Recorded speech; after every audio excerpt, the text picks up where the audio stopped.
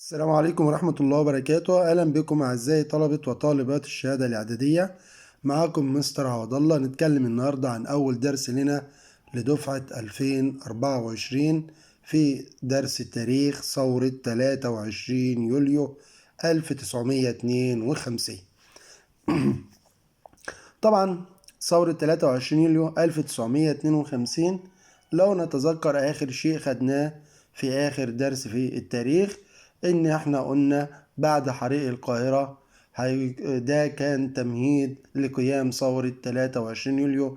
والنهاردة هنبدأ أول درس في الترم التاني. هنا بيقول لي إن أولا تعال نفكر بس مع بعض كده. هي ثورة 23 يوليو اللي هم الضباط الأحرار دول مالهم يا مستر؟ الفكرة هنا إن أنا كان عندي مصر تحت الاحتلال البريطاني، وعندي الملك كان ساعتها الملك فاروق هو اللي بيحكم مصر، وكان في نظام استبدادي وظلم وإقطاع عدد من الناس اللي إنجلترا عملتهم بيتحكموا في الفلاحين لأن مصر بلد زراعية.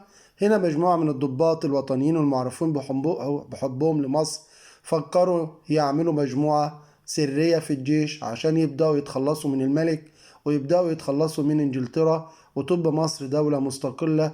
وكان المفروض إن ده يحصل ثورة ميعادها 1955، ولكن بدأ هنا الملك وإنجلترا تعرف إن في تنظيم سري، فكان هنا لابد إن تقوم الثورة قبل ميعادها. تمام كده يا شباب؟ تعال نبدأ يلا مع بعض. هنا عندي في آراء للمؤرخين. الرأي الأول بيقول لي إن الثورة ديت تمام كده كان لها دور كبير إن هو يتبعها عدد من حركات التحرر في الدول العربية من الفساد والاستعمار وفي العالم. تمام.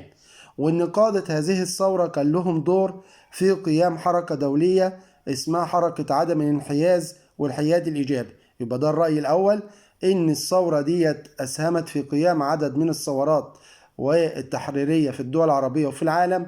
وقادة الثورة عملوا حركة اسمها حركة عدم الانحياز، بمعنى أصح كان عندي العالم مقسوم، جزء تبع الولايات المتحدة الأمريكية وجزء تبع الاتحاد السوفيتي. فهنا مصر قررت وهي ومجموعة من الدول لا هنكون مع ده ولا نكون مع ده. تمام. الرأي الثاني بيقول إن الثورة دي ما بدأتش لما بدأ جمال عبد الناصر يأسس مجموعة الضباط الأحرار، ولا لما الثورة نجحت وسيطرت على قطاعات الجيش. امال ايه؟ قال لي ده هي مكملة للدور اللي قام بيه الشعب المصري منذ الثورة العربية وحتى ثورة 19. يبقى هنا آراء المؤرخين رأي يخص الناحية العربية والعالمية، ورأي يخص الأمر الداخلي إن هي مكملة للنضال الشعب المصري. طيب، مين اللي أسس تنظيم الضباط الأحرار؟ جمال عبد الناصر في عهد مين؟ الملك فاروق. يعني إيه تنظيم الضباط الأحرار؟ مجموعة من الضباط اللي عرفوا بوطنيتهم وحبهم لمصر. طب إيه الهدف؟ ليه انتوا عملتوا هذا التنظيم؟ قال لي عشان أقضي على الفساد اللي هو الملك وما حوله من أعوان الإنجليز، وكمان أحرر مصر من الاحتلال الإنجليزي. هي ديت عندي سبب تنظيم ووجود هذا التنظيم من الضباط الأحرار. لو سألني وقال لي إيه هي أسباب الثورة؟ عندي أول حاجة استمرار الاحتلال البريطاني وتدخله في شؤون مصر، هزيمة الجيش المصري في حرب فلسطين 48، فساد النظام الملكي، عدم وجود حياة ديمقراطية سليمة، تدهور الحياة الاقتصادية لمصر، سوء الأحوال الاجتماعية. أول 4 أسباب دول أسباب سياسية لقيام الثورة. السبب الأول والتاني والتالت والرابع أسباب سياسية، وعندي السبب ده اقتصادي وده اجتماعي. مستر مش احنا خدنا في ثورة خدنا في معاهدة 36 إن هي أنهت احتلال إنجلترا لمصر عسكريا ومصر انضمت لعصبة الأمم المتحدة؟ تمام. ولكن يا مستر للأسف، عشان لو جاب لي صح ولا خطأ أقول له لا، هل معاهدة 36 حققت الاستقلال الحقيقي لمصر؟ أقول له خطأ. طب لو قال لي دلل على صحة العبارة، هقول له طبعا إن إنجلترا حصرت قصر عابدين وخلت الملك فاروق يعين مصطفى النحاس باشا. يبقى حادث فبراير 42 كان ليه؟ عشان الملك فاروق يعين مصطفى النحاس رئيسا لوزراء مصر، وده تدخل في الشؤون المصري.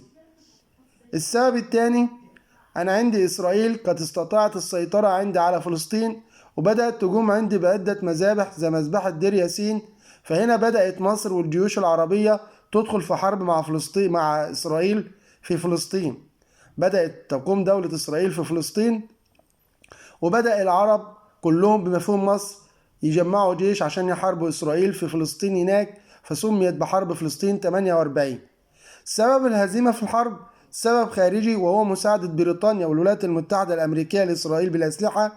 سبب عندي داخلي، وهو عندي عدم استعداد الجيش المصري والجيوش العربية، وكمان عندي فساد الملك، فساد النظام الملكي. كل ده طبعا أسبابه، كل ده أدى لقيام الثورة.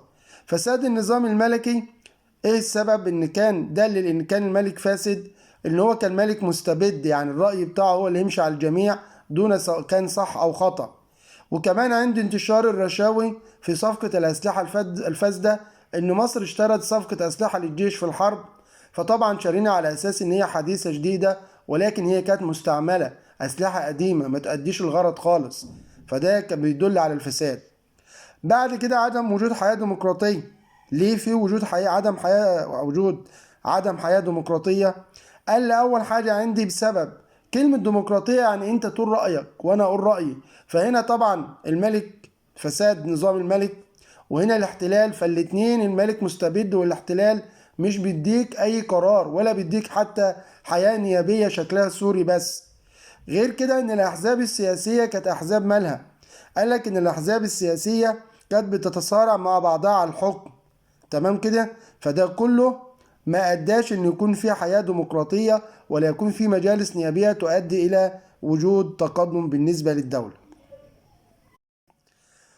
تمام، نروح يا مستر بعد كده عندي على التدهور الاقتصادي. مستر احنا خدنا في الترم الاول ان معاهدة 36 اللي كانت في عهد الملك فاروق، ان هي كان من ضمنها ان مصر تساند انجلترا في الحرب، تجعل مطاراتها وموانيها، وتساعد بريطانيا في السكنات العسكرية، وتقوم بعملية الترميم لما اذا حصل لها ضرب في الحرب.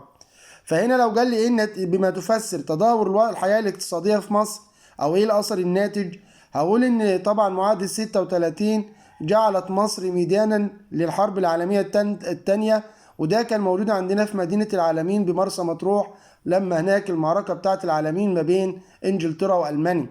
اتنين، ان مصر عندي استنزفت مواردها، المواني والمطارات والكلام ده كله في خدمة انجلترا، نساعدها زي ما لسه بقول لك في الحرب. كانت النتيجة المترتبة على معاهدة 36، يبقى انت جعل مصر ميدان الحرب العالمية الثانية، استنزاف موارد مصر، فده ادى الى تدهور الاقتصاد المصري ومعاناة الشعب المصري. نروح لسوء الاحوال الاجتماعية. خلي بالك ان انا عندي الاحزاب السياسية للأسف ما كانش لها دور في تطور الحياة السياسية في مصر ولا وجود ديمقراطية، وكان لها دور برضه في تدهور الوضع الاجتماعي. ليه؟ لأن هي ما عملتش أي سياسة واضحة إن هي تعمل عندي يكون في عدالة اجتماعية، يكون في مدارس، يكون في مستشفيات، يكون في عندي الاقتصاد متقدم. فهمتني؟ يبقى ده العلاقة ما بين الأحزاب السياسية والحياة الاجتماعية، إن الأحزاب ما كانش لها دور في تقدم الحياة الاجتماعية، بل متدهورة، وأيضا في الناحية السياسية. نروح لظاهرة الإقطاع. يعني إيه ظاهرة الإقطاع؟ يعني امتلاك فئة صغيرة من الملاك للأراضي الزراعية، وباقي الفلاحين شغالين عندهم. وطبعا أنت خدت عندك في الترم الأول بسبب السياسة الاقتصادية اللي بريطانيا عملتها، جعلت مجموعة من كبار الملاك هم اللي بيتحكموا في الأرض، صح؟ فهنا في علاقة ما بين الإقطاع وسوء الأحوال الاجتماعية، إن الإقطاع أدى إلى سوء توزيع ملكية الأرض الزراعية، عدد بسيط من الناس بيتحكموا في الأرض، وباقي الفلاحين عندهم فقر وجهل ومرض. طيب آخر حتة معايا، عايز أعرف أهداف الثورة. الثورة كان لها أهداف 3، اللي هو القضاء على الاستعمار وأعوانه، والقضاء على الإقطاع، والقضاء على الاحتكار وسيطرة رأس المال على الحكم، وإقامة جيش وطني قوي، عدالة اجتماعية، حياة ديمقراطية سليمة. الأهداف ديت كانت هي عوامل نجاح الثورة. فهو لو سألك إزاي تم القضاء على الاستعمار وأعوانه، هقول له ده الهدف الأول. يبقى أول هدف من أهداف الثورة، وأدي الهدف الأول إن إحنا نقضي على الاستعمار وأعوانه. إزاي؟ عملنا اتفاقية الجلاء مع إنجلترا، ان هي تمشي من مصر بعد 20 شهر. 2. لغينا الملكية واعلنا الجمهورية. 3. حلينا الاحزاب السياسية، وبكده نكون قضينا على الاستعمار واعوانه. الهدف الثاني الاقطاع. ازاي قضيتوا على الاقطاع الناس اللي واخده الارض الزراعيه؟ عملنا قانون الاصلاح الزراعي ان هو بيحدد ملكيه الارض وان الاراضي تتوزع على الفلاحين، وبكده نجحنا ان احنا نقضي على الاقطاع. الهدف الثالث نقضي على المحتكرين والمسيطرين على راس المال اللي في الدوله، اللي مسيطرين على الشركات والمسيطرين على المصانع. عملتوا ايه؟ أممناها. يعني ايه تأميم؟ يعني حولناها لشركات مصرية. طب وأقمتوا عدالة اجتماعية ازاي؟ هناخد الكلام ده في الحياة الاجتماعية لما نعمل تعليم ونعمل مصانع ونعمل حاجات من ديت، هناخدها بعدين. وازاي عملتوا جيش وطني؟ هنبدأ نعمل مصنع للحديد والصلب عشان يوفر الجيش المصري الأسلحة. طب وازاي عملتوا حياة ديمقراطية سليمة؟ هنعمل دستور 1956 بينص ان من حق الجميع الترشح والانتخاب، ومن حق المرأة ان تكون موجودة في مجلس الأمة، اللي هو أول مجلس زي مجلس النواب كده هيتعمل يا ولاد بعد الثورة.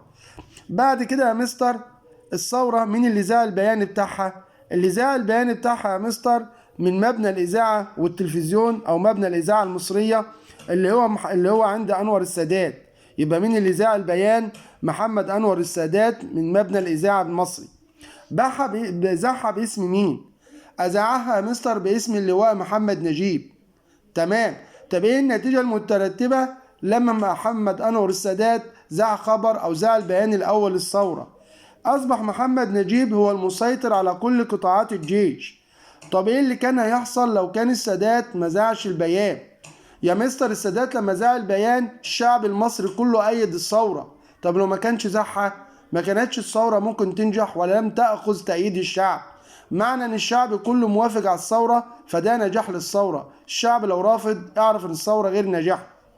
تعال ناخد اخر حاجة عندي مطالب الثورة من الملك فاروق. دخلوا على الملك فاروق في قصر عابدين قالوا له: 1. لازم تتنازل عن الحكم لابنك احمد فؤاد الثاني، واحمد ده كان طفل عنده 6 شهور، فطبعا هيتنازل عن الحكم ويبقى احمد فؤاد الثاني هو ملك مصر، ولكن تحت وصاية، يعني مجلس قيادة الثورة الصورة اللي انت شفتها في الاول هم اللي هيكونوا وصاية عليه. 2. ان انت لازم تغادر البلاد قبل الساعة 6. امتى؟ يوم 26 يوليو.